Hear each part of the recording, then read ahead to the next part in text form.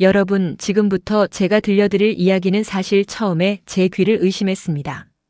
한 집에 두 여자가 살고 있었습니다. 한 명은 매일 새벽 4시에 일어나 촛불을 켜고 두 손을 모아 기도를 올립니다. 주여, 저의 모든 것을 바치겠나이다. 이 집도 이 몸도 이 영혼도. 그녀의 눈빛은 진지했고 목소리는 떨렸으며 뺨 위로는 눈물이 흘렀습니다.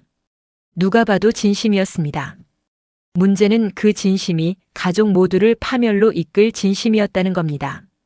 다른 한 명은 그 모습을 부엌 문틈 사이로 훔쳐보며 이렇게 생각했습니다.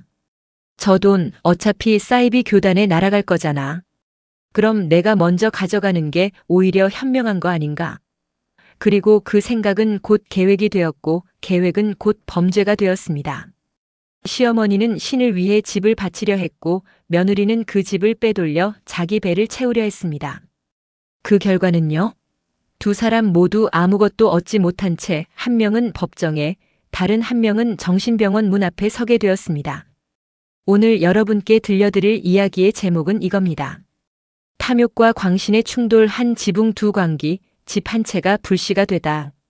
박술래 씨는 원래 그런 사람이 아니었습니다. 경기도 외곽의 작은 빌라에서 30년 넘게 살아온 이 노인은 동네 사람들 사이에서 박 여사님으로 불리며 나름 품이 있는 삶을 살아왔습니다. 젊어서는 남편 뒷바라지에 자식 셋을 키우느라 허리 한번 제대로 펼 틈이 없었고 남편이 세상을 뜬 뒤로는 홀로 노후를 꾸려가며 강남 외곽의 작은 아파트 한 채를 알뜰살뜰 지켜왔습니다. 그 아파트는 단순한 부동산이 아니었습니다. 남편이 살아생전 우리 노후는 이걸로 버텨야 해. 그리고 애들한테 물려줄게 이것 하나는 돼야 하지 않겠어?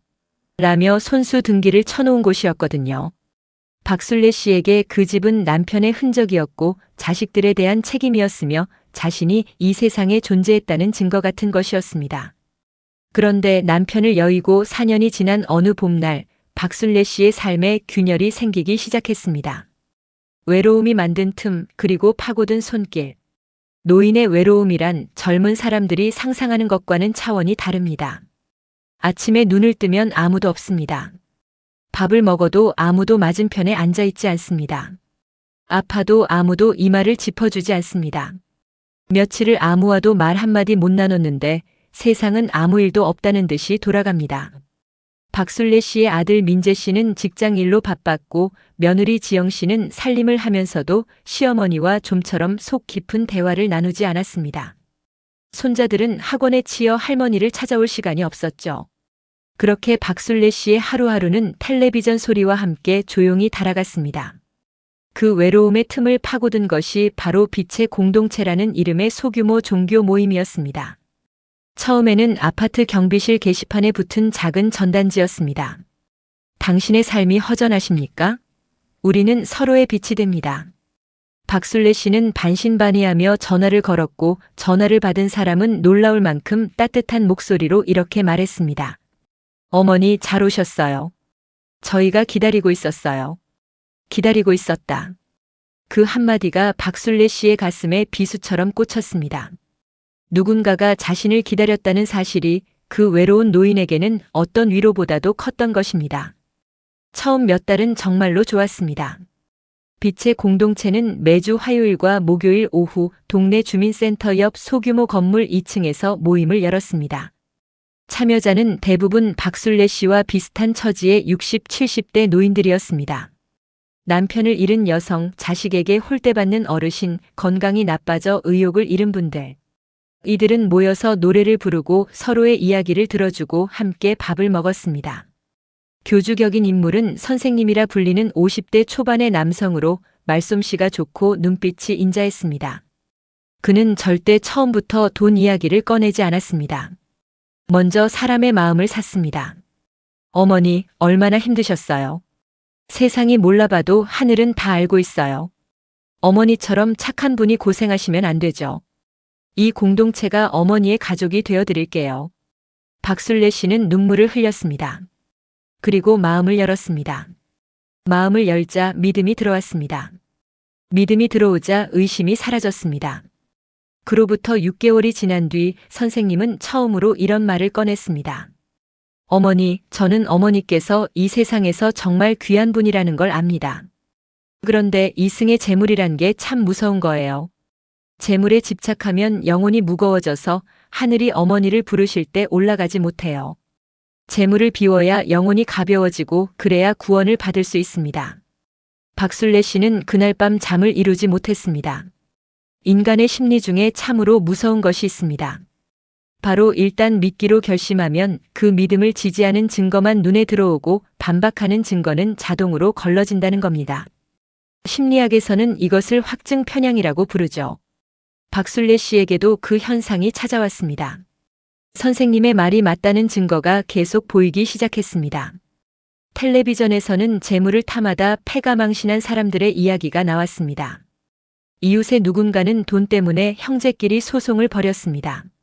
심지어 자신의 며느리 지영 씨가 가끔씩 내뱉는 돈 타령도 저것 봐라, 재물이 사람을 얼마나 추하게 만드는지라는 증거로 읽혔습니다.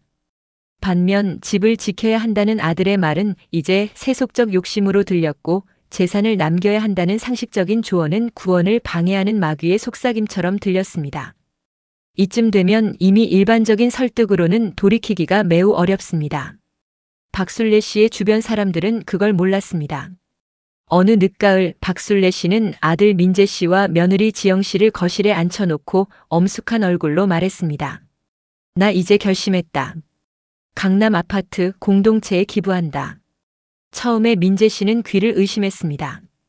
어머니, 지금 뭐라고 하셨어요? 박술래 씨는 흔들리지 않았습니다. 내 영혼을 구원받으려면 이승의 재물을 비워야 한다.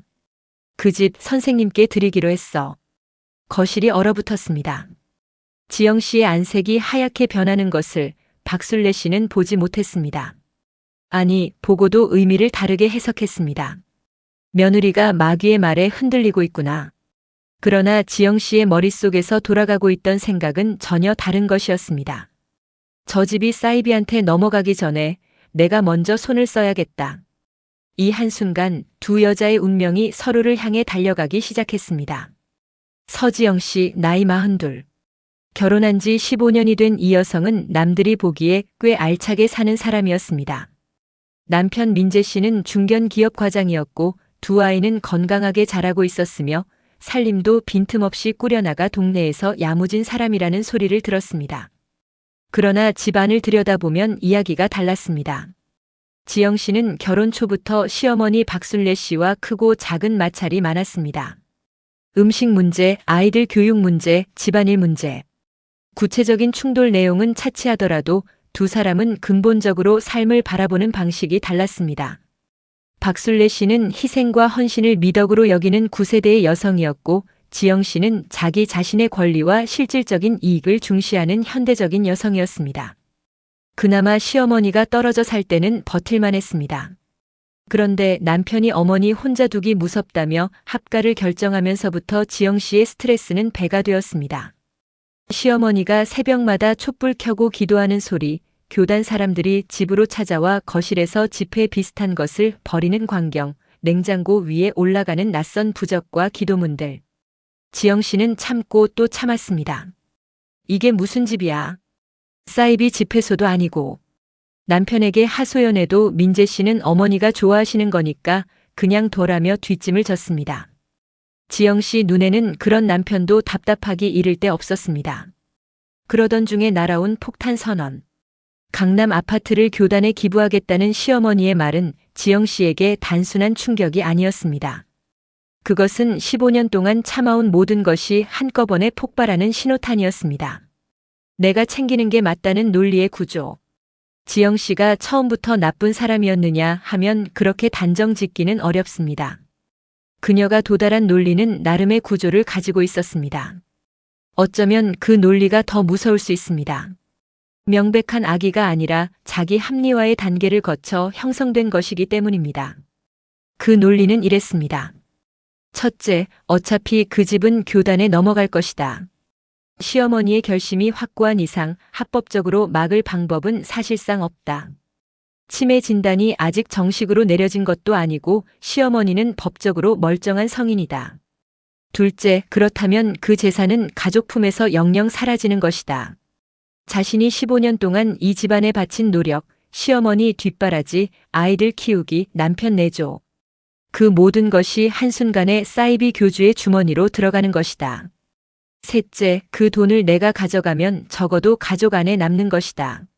사이비한테 빼앗기는 것보다는 낫지 않은가? 어머니가 원하시는 비움도 실천되는 것이고 나는 내 몫을 챙기는 것이다. 물론 이 논리에는 치명적인 구멍이 있습니다. 가족 안에 남는다는 말은 사실 지영 씨 혼자 독점한다는 뜻이며 남편도 시동생도 배제된 채 자신만을 위해 움직이는 것입니다. 그리고 수단이 불법이라는 사실도 그 논리 안에서는 교묘하게 지워졌습니다.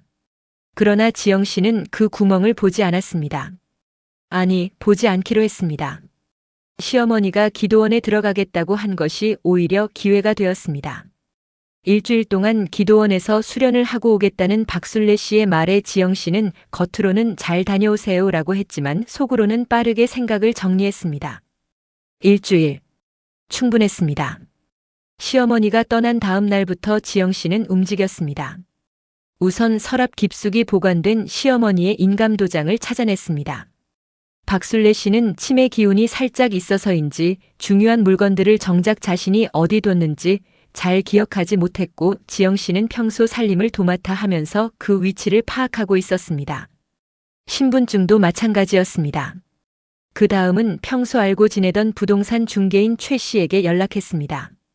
오랜 지인이었던 최 씨는 처음엔 이게 맞는 일이냐며 주저했지만 지영 씨가 제시한 수수료 조건에 마음이 흔들렸습니다. 인간의 양심은 종종 숫자 앞에서 무릎을 꿇습니다. 서류는 놀랍도록 깔끔하게 처리되었습니다. 시어머니의 인감도장이 찍힌 위임장, 신분증 사본, 매매계약서. 급매로 내놓은 아파트는 시세보다 약간 낮은 가격에 빠르게 매수자를 찾았습니다. 거래는 닷새 만에 완료되었고 수억 원에 달하는 매매 대금은 지영 씨가 미리 개설해둔 차명 계좌로 흘러들어갔습니다. 등기는 이미 넘어갔습니다. 새로운 집주인이 생겼습니다. 시어머니가 기도원에서 기도를 올리는 동안 그녀의 집은 지도에서 사라진 것이었습니다. 거래가 완료된 뒤 지영 씨는 사흘 동안 아무 일도 없다는 듯이 살았습니다. 아이들 밥을 챙겼고 남편에게 평소처럼 대했으며 심지어 텔레비전을 보며 웃기도 했습니다. 남편 민재 씨는 아무것도 몰랐습니다. 지영 씨가 내부적으로 뭔가 처리했다는 것을, 그 뭔가가 수억 원짜리 부동산 불법 매각이었다는 것을, 한편으로는 두렵기도 했습니다. 법적으로 어떤 문제가 생길 수 있는지 지영 씨도 완전히 모른 것은 아니었습니다.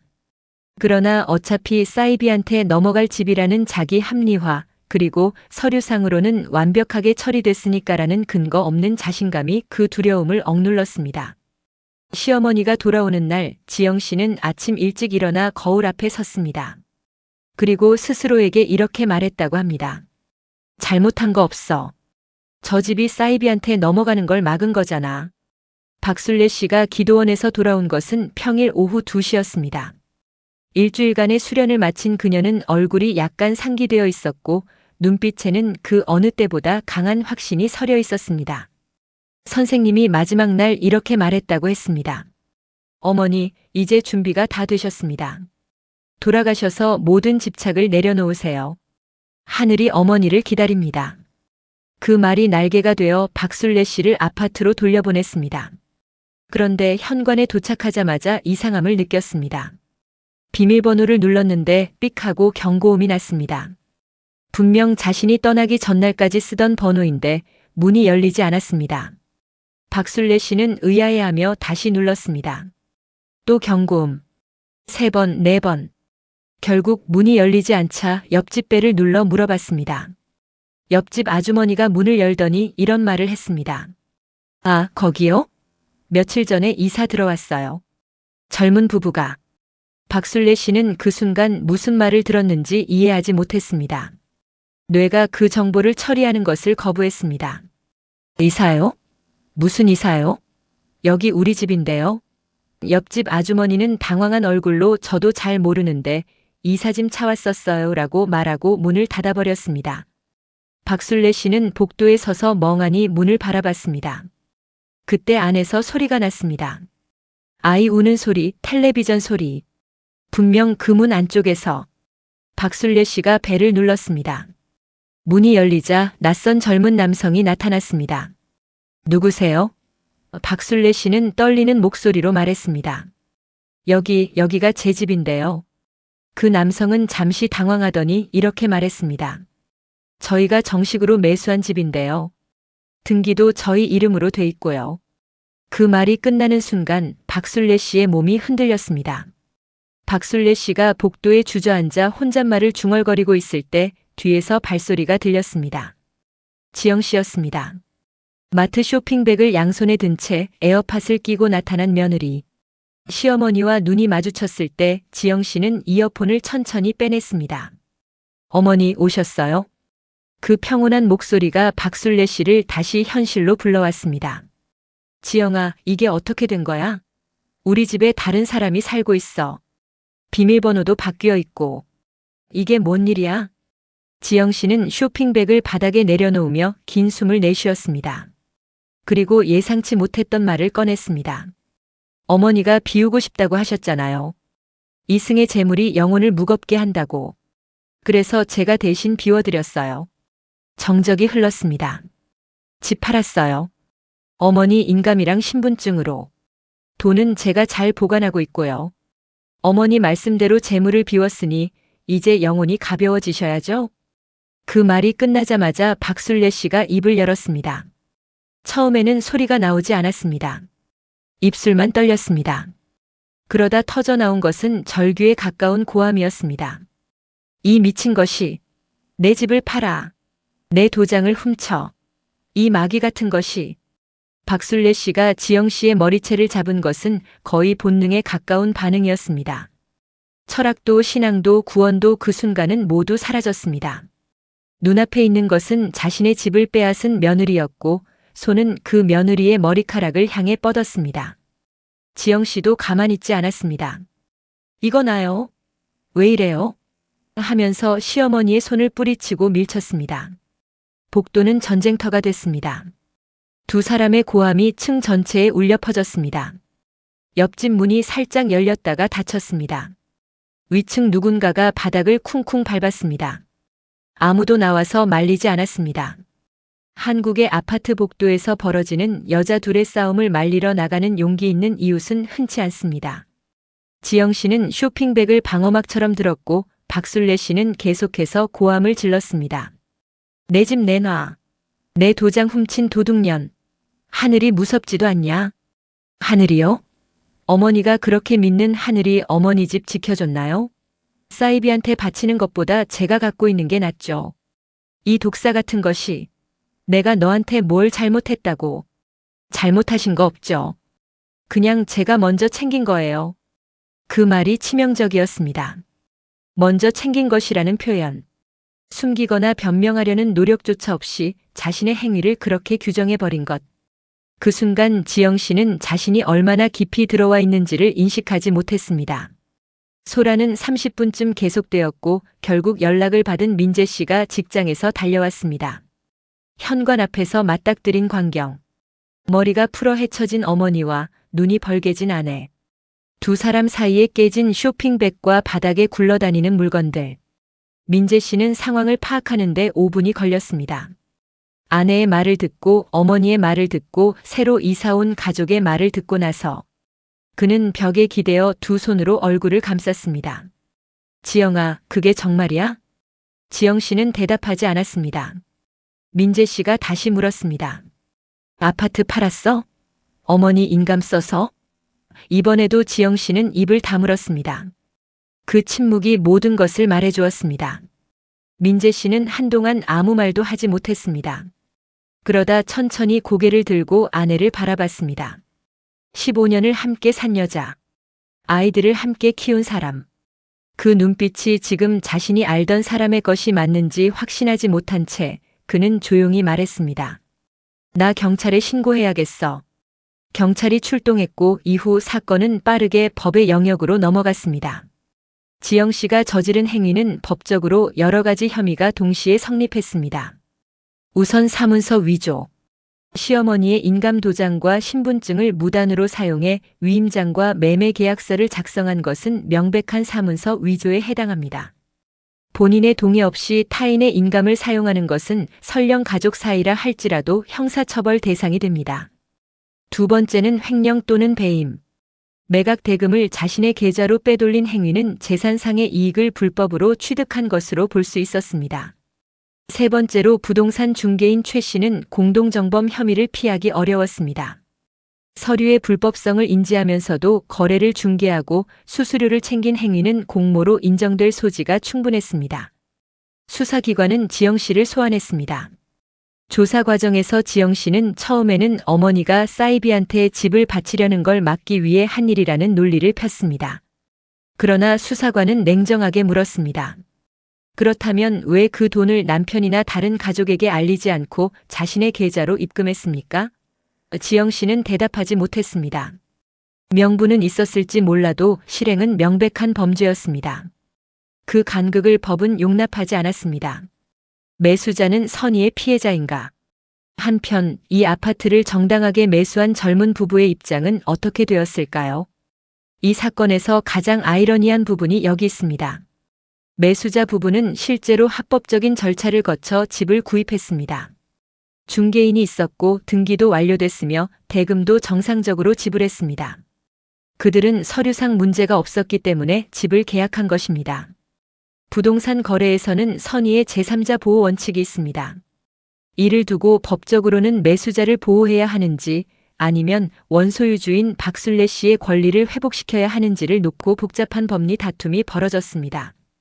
결론적으로 원소유주의 의사에 반한 불법 매각이었음이 입증되면 계약 자체가 무효로 처리될 수 있지만 그 과정에서 선의의 매수자가 입는 피해에 대한 손해배상 문제가 따라왔습니다. 결국 이 사건은 민사와 형사가 뒤엉킨 복잡한 법적 공방으로 이어졌고 변호사 비용만도 상당한 금액이 소요되기 시작했습니다. 법적 절차가 진행되는 동안 박술래 씨의 정신 상태는 눈에 띄게 악화되었습니다. 전 재산을 잃었다는 충격만이 아니었습니다. 더 정확히 말하면 그녀는 두 가지 세계가 동시에 무너지는 것을 경험했습니다. 하나는 현실 세계의 집. 남편이 남긴 것이고 자식들에게 물려줄 것이고 자신이 수십 년간 지켜온 것. 다른 하나는 신앙의 세계.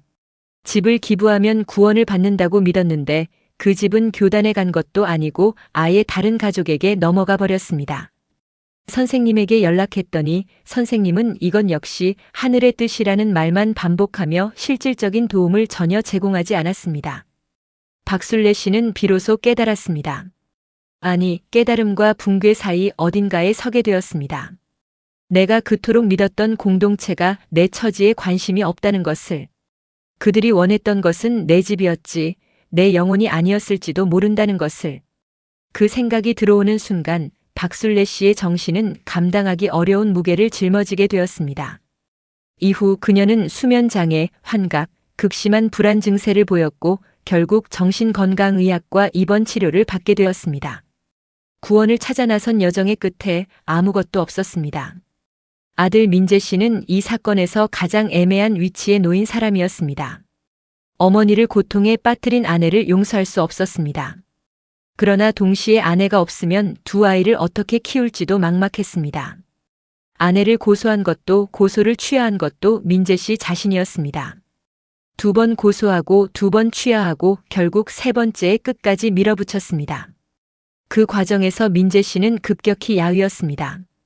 직장에서도 집중력이 떨어지기 시작했고 결국 6개월 만에 사직서를 냈습니다. 아이들은 부모의 사이가 이상해졌음을 눈치챘지만 아무것도 물어보지 않았습니다. 그냥 더 조용해졌습니다. 한 가정이 소리 없이 무너지고 있었습니다. 재판은 꽤 오래 걸렸습니다. 지영 씨 측 변호인은 피고인의 행위는 가족 재산이 사이비 종교에 유출되는 것을 막기 위한 불가피한 선택이었으며 재산을 가로채려는 의도가 아닌 보존을 위한 행동이었다는 논리를 폈습니다. 그러나 검사 측은 재산 보존의 의도가 있었다면 왜 남편에게조차 사전 통보를 하지 않았는지, 왜 차명 계좌를 개설했는지, 왜 매각 사실을 숨겼는지를 집요하게 물었습니다.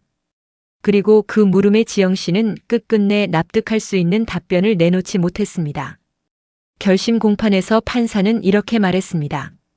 피고인의 주관적 동기에 일부 이해할 수 있는 측면이 있더라도 타인의 법적 권리를 침해하는 방식으로 자신의 판단을 관철시키는 행위는 법치사회에서 허용될 수 없습니다. 법은 결과가 아닌 과정의 합법성을 묻습니다. 지영 씨는 집행유예 판결을 받았습니다. 실형은 면했지만 전과자가 되었습니다. 그리고 이미 쓴 돈 일부를 포함해 상당액을 손해배상금으로 지불해야 했습니다. 자, 이제 이야기의 결말까지 다 들으셨습니다. 시어머니 박술래 씨는 신앙이라는 이름의 광기에 빠졌고 며느리 지영 씨는 탐욕이라는 이름의 광기에 빠졌습니다. 두 사람은 전혀 다른 방향을 향해 달렸지만 그 끝에 도달한 곳은 같았습니다. 아무것도 없는 곳. 여기서 저는 한 가지 흥미로운 사실을 발견합니다. 두 사람의 관계는 겉보기엔 정반대입니다. 한 사람은 재물을 버리려 했고 다른 한 사람은 재물을 쥐려 했습니다. 그러나 구조는 동일합니다. 둘 다 자신의 논리 안에서는 완벽하게 옳았고 둘 다 그 논리가 틀릴 수 있다는 가능성을 처음부터 차단했습니다. 둘 다 주변 사람의 말을 듣지 않았습니다. 둘 다 자신의 행동이 타인에게 미치는 영향을 고려하지 않았습니다. 광신과 탐욕은 방향이 다를 뿐 작동 방식이 동일한 것인지도 모릅니다. 둘 다 이성을 마비시키고 둘 다 관계를 파괴하며 둘 다 결국 자신을 파멸시킵니다. 박술래 씨의 이야기에서 사이비 종교가 어떻게 작동하는지를 좀 더 자세히 살펴볼 필요가 있습니다. 이것은 남의 이야기가 아닐 수 있기 때문입니다. 사이비 종교는 대개 3단계로 사람을 잡아들입니다. 첫 번째 단계는 결핍의 포착입니다. 그들은 외롭고 슬프고 의미를 찾지 못하는 사람들을 정확하게 표적으로 삼습니다. 그리고 그 결핍에 정확하게 꽂히는 말을 건넵니다. 당신을 기다리고 있었다. 우리가 가족이 되겠다. 이 말들이 왜 효과적이냐면 거짓이 아니기 때문입니다. 최소한 초기에는 그들은 실제로 당신에게 관심을 쏟고 실제로 따뜻하게 대합니다. 두 번째 단계는 세계관의 재편입니다. 점점 바깥 세상은 위험하고 더럽고 우리 공동체만이 진실이라는 시각을 심어줍니다. 가족의 반대는 마귀의 방해로, 의심은 믿음 부족으로, 탈퇴 시도는 배신으로 프레이밍됩니다. 2단계가 완성되면 외부에서 아무리 정보를 줘도 받아들이지 않게 됩니다. 세 번째 단계가 바로 수탈입니다. 재물, 시간, 인간관계를 차례로 요구합니다. 영혼이 가벼워지려면 재물을 내려놔야 한다는 논리는 2단계의 전형적인 언어입니다. 이미 세계관이 재편된 사람에게 이 말은 완벽한 논리로 들립니다. 주변에 이런 경고 신호가 보이는 분이 계신다면 제발 소리치지 마세요. 소리칠수록 그 사람은 더 움츠러들거나 반발합니다. 대신 관계를 유지하면서 천천히 지속적으로 현실을 비춰주는 것이 더 효과적입니다. 그리고 전문가의 도움을 받으세요. 지영 씨의 경우는 또 다릅니다. 그녀의 논리에는 분명 감정적으로 이해할 수 있는 부분이 있습니다. 오랜 세월 시어머니와의 갈등, 합당한 보상을 받지 못한다는 억울함, 가족 재산이 엉뚱한 곳으로 새는 것에 대한 분노. 이 감정들은 인간으로서 이해할 수 있는 것들입니다. 그러나 지영 씨가 놓친 것이 있습니다. 감정이 아무리 정당해도 그것이 행동을 합법화해주지는 않는다는 것입니다. 그리고 더 근본적으로 그녀의 논리에는 처음부터 자신을 위한 것이었음을 숨기는 층위가 있었습니다. 가족 재산을 지키려 한 것이라고 했지만 남편에게조차 알리지 않았습니다. 그것은 가족을 위한 것이 아니라 자신을 위한 것이었습니다. 스스로도 그것을 알고 있었기에 숨길 수밖에 없었던 것입니다. 자기 합리화는 우리 모두가 가진 능력입니다.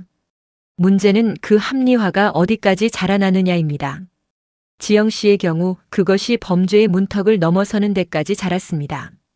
그 문턱을 넘기 전에 막아줄 무언가가 필요했는데 그것이 없었습니다. 이 이야기에서 가장 주목받지 못하는 인물이 아들 민재 씨입니다. 그는 잘못을 저지르지 않았습니다. 그러나 그는 끝까지 방관했습니다. 어머니가 사이비에 빠져가는 것을 알면서도 어머니가 좋아하시니까라는 말로 직면을 피했습니다. 아내가 점점 내면에서 골마가는 것을 알면서도 살림 알아서 잘하니까라며 살피지 않았습니다. 가정의 위기는 폭발하는 순간 만들어지지 않습니다. 외면이 쌓이는 과정에서 만들어집니다. 우리 집은 괜찮아라고 말하고 싶을 때 정말 살펴보셨나요? 가족 중 누군가가 이상하게 변해가고 있는데 그러다 말겠지라며 넘기고 있지는 않으신지요? 민재 씨의 이야기는 우리에게 묻습니다. 방관자가 된다는 것은 결국 그 결과의 일부를 함께 짊어지는 것이라고. 이 이야기를 다시 한번 가장 넓은 시각에서 바라보면 집 한 채를 둘러싼 이야기입니다. 그런데 그 집이 왜 이렇게 모든 것의 중심이 되었을까요? 한국 사회에서 부동산이 갖는 의미는 단순한 재산 이상입니다. 그것은 안전의 상징이고 노후의 보장이고 자식에 대한 책임의 증거이며 때로는 한 사람의 생애 전체가 집약된 것이기도 합니다. 박술래 씨에게 그 집은 남편이자 생애였고 지영 씨에게 그 집은 15년 결혼 생활의 유일한 물질적 보상처럼 느껴졌을 것입니다. 그렇기에 그 집을 둘러싼 갈등은 단순히 욕심 대 욕심의 이야기가 아닙니다. 각자의 두려움과 결핍이 부딪힌 이야기입니다. 노인의 외로움과 죽음에 대한 두려움이 사이비를 만났고 며느리의 무력감과 불인정받는 억울함이 탐욕을 만났습니다. 그리고 두 두려움이 집이라는 좁은 공간 안에서 폭발했습니다. 그래서 누구의 잘못이 더 클까? 처음으로 돌아가겠습니다. 이 이야기를 시작하면서 던진 질문이 있었습니다. 누구의 잘못이 더 크냐고. 제 대답은 이렇습니다. 그 질문 자체가 어쩌면 우리가 자주 빠지는 함정일 수 있습니다. 잘못을 비교해서 누가 더 나쁜지를 따지는 것은 우리에게 무언가 심리적인 위안을 줍니다. 저 사람이 더 나쁘니까 나는 괜찮아라는 위안. 그러나 그 비교는 이 이야기에서 정말 중요한 것을 놓치게 만듭니다. 이 이야기에서 진짜 패자는 세 사람 모두입니다. 집을 바치려다 집도 잃고 정신도 잃은 시어머니, 집을 빼앗으려다 자유와 명예를 잃은 며느리, 그리고 두 사람 사이에서 가정을 잃은 아들, 그리고 그 소용돌이 안에서 조용히 상처 입은 아이들. 승자가 없습니다. 이 이야기의 승자는 단 한 명도 없습니다. 박술래 씨는 정신건강의학과 치료를 마친 뒤 시동생 내외의 집 근처 요양원에 입소했습니다. 빛의 공동체와는 완전히 인연을 끊었습니다. 가끔 민재 씨가 면회를 오면 반가운 표정을 짓지만 며느리 이야기는 두 번 다시 꺼내지 않습니다. 어쩌면 잊으려는 것인지 어쩌면 이미 잊은 것인지 아무도 모릅니다. 지영 씨는 집행유예 기간 중입니다. 남편과는 별거 중이며 이혼 소송이 진행되고 있습니다. 두 아이는 민재 씨가 키우고 있습니다. 지영 씨는 가끔 변호사를 통해 아이들에게 편지를 보낸다고 합니다. 아이들이 그 편지를 읽는지는 알 수 없습니다. 민재 씨는 새 직장을 구했습니다. 전보다 작은 회사이고 연봉도 낮아졌습니다. 퇴근 후에는 아이들과 밥을 먹고 설거지를 하고 아이들을 재웁니다. 어머니 면회를 월 1회 갑니다. 지인에게 이런 말을 했다고 합니다. 나는 아무것도 잘못 안 한 것 같은데 왜 내가 이러고 있나 싶기도 하고. 그런데 또 내가 뭔가를 잘못한 것도 같고. 그 말이 이 이야기의 가장 정직한 결론일지도 모릅니다. 오늘 들려드린 이야기 어떠셨나요? 유쾌하진 않았을 겁니다. 그런데 우리가 외면하고 싶은 이야기일수록 사실은 우리 살 가까이에 있는 이야기인 경우가 많습니다. 종교에 의지하고 싶은 마음, 내 몫을 챙기고 싶은 마음, 불편한 상황을 외면하고 싶은 마음. 이것들은 누구에게나 있습니다. 문제는 그 마음이 어떤 방향으로, 어떤 방식으로 표현되느냐입니다. 오늘 이 이야기를 들으신 여러분이 각자의 삶에서 한 번쯤 이런 질문을 해보셨으면 합니다. 나는 지금 나의 두려움을 어떤 방식으로 해소하고 있는가? 나는 내 주변 사람들의 변화를 충분히 살피고 있는가? 내가 옳다고 믿는 그 논리에 혹시 내가 보지 못하는 구멍이 있지는 않은가? 이 세 가지 질문이 오늘 이야기의 세 인물이 각각 우리에게 남긴 것들입니다. 긴 이야기 끝까지 함께 해주셔서 정말 감사합니다. 아직 구독과 좋아요를 누르지 않으셨다면 지금 눌러주세요. 이런 이야기를 계속 만들 수 있는 것은 여러분의 응원 덕분입니다. 댓글로 여러분의 생각도 꼭 남겨주세요. 시어머니와 며느리 중 누구의 잘못이 더 크다고 생각하시나요? 아니면 또 다른 시각이 있으신가요? 다음 이야기에서 또 뵙겠습니다.